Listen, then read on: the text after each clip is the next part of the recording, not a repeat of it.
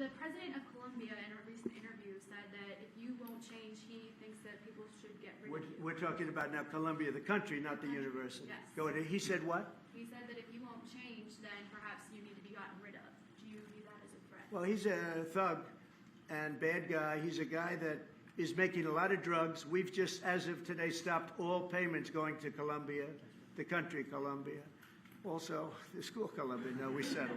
We made a settlement with him. But no, he's a thug, and he's a bad guy, and he's hurt his country very badly. They're doing very poorly, Colombia. They make cocaine. They have cocaine factories.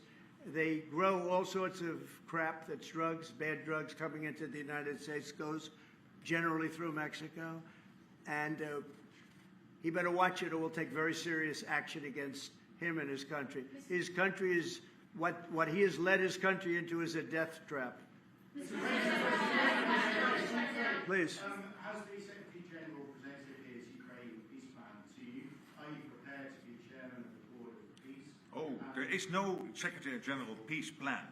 But I'm here, I really want to correct it because I saw some of that in the media. Of course, many people are thinking how to bring this terrible war to an end and supporting the President in doing that.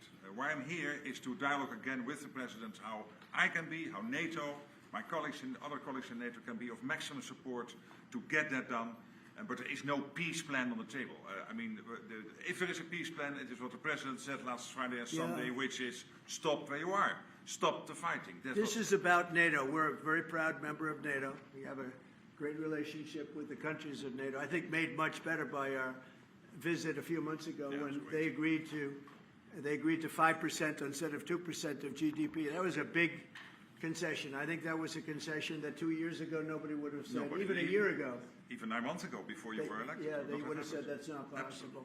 And the difference is they're paying 5% as opposed to not paying 2%. A lot of them weren't paying, with the exception of Spain. I think you're going to have to talk to Spain because they're not. Spain is not a team player.